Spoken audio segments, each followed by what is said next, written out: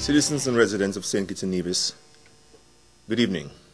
This is a post-Cabinet briefing for Cabinet meeting held Monday, March 29, 2010. Attorney General and Minister of Justice and Legal Affairs, the Honourable Patrice Nesbitt, updated the Cabinet on the court cases pertaining to the petitions challenging the recent elections in St. Christopher No. 4 and St. Christopher No. 8, indicating that April 29, 2010 had been set down by the court for case management matters. Members discussed the need to further improve the electoral system, reflecting on the election experiences as well as on the recent spate of objections by opposition parties to the registration of persons in several constituencies in St. Kitts and Nevis. Members contended in particular that objections should not be made against persons who have been registered a long time ago and who had gone through an initial process of objections before their names were certified to be on the register of voters. Cabinet was nonetheless informed that most of the objections made had been eventually withdrawn. This practice of frivolous objections, it was concluded, undermines the right to remain registered and the right to vote in an election. This is particularly worrying for overseas voters who may not be on the island to defend themselves against these objections. Such persons may incur great expense to travel home to vote on election day, only to recognize then that the mischief of the system has long disenfranchised them. In relation to concerns pertaining to election day, the need was identified to have more manageable numbers of voters in some polling stations. This may require the creation of more polling booths in some locales. The Honourable Prime Minister and Minister responsible for electoral matters made specific reference to the Commonwealth Observers Mission's report and promised to have the document fully discussed at a subsequent meeting of the Cabinet. He emphasized the need to pay close attention to all of its recommendations. The government reaffirmed its commitment to further improving the electoral system and working with those in the opposition to achieve this worthy objective. It was to this end that Cabinet resolved to constitute very shortly a Constitutional and Electoral Review Committee with multi-party representation.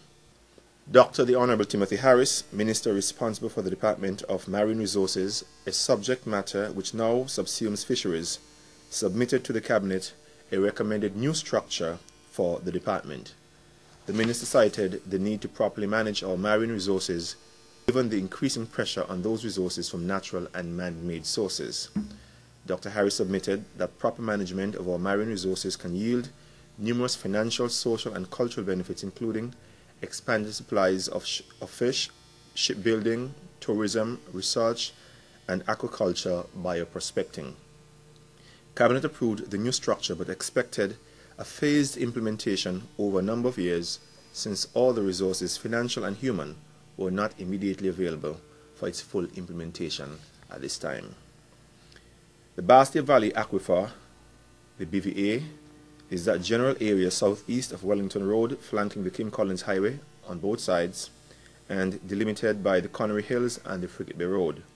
This area yields millions of gallons of water that is supplied to the Basseterre area, Frigate Bay, and the Southeast Peninsula on a daily basis. Dr. the Honourable Asim Martin, Minister of Housing, Public Utilities, Energy, Public Works and Utilities, updated Cabinet on a special project geared towards the long-term protection of the Basseterre Valley Aquifer. The project was completed by Ocean Earth Technologies, OET, and included the development of a water resource management plan for the area, the development of a national park management plan in the area, in addition to other aspects of the project. Cabinet supported Dr. Martin's vision for the BVA and approved the plans he submitted for its consideration. Dr. Martin highlighted the need for further work to be done and outlined what a second phase of the project would involve. Phase 2, he explained, involves additional research and the complete and accurate mapping of the BVA, the Basseterre Valley Aquifer. It would also involve the passage of legislation to establish the Basseterre Valley National Park, the development of a revenue generation plan for the park, landscaping, including the selection of specific species of plants for the park, the development of a tourism policy regarding the park, and public education and sensitization.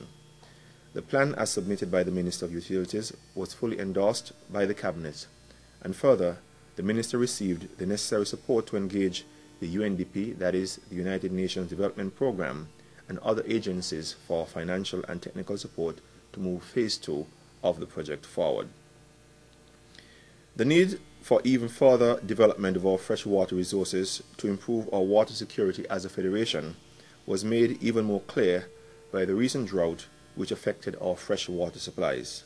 In fact, on World Water Day celebrated March 22, 2010, government held a workshop at the Ocean Terrace Inn, the OTI, to sensitize young people in particular and the public at large to the importance of our water supplies. In quick response to the need, Cabinet considered and approved a proposal by a private company to provide, through the exploration and development of underground water resources, an additional 1 million imperial gallons of fresh water per day. In addition, the wells to be dug in connection with this project will meet the World Health Organization International Water Quality Standards. Government will make no financial input into the development phases of the project, since obviously there are risks involved which one would need to avoid, but is expected to pay a very reasonable price for the services provided by the Water Resources Development Company. The Honourable Minister responsible for water development, Dr. the Honourable Earl Assi Martin, summarized his submission by expressing that his ministry took very seriously its responsibility to provide adequate water supplies for use in our homes, hospitals, and the industrial sector, and that he looked forward for timely implementation of the project. This brings to an end the post-cabinet briefing for Monday, March 29, 2010. I thank you.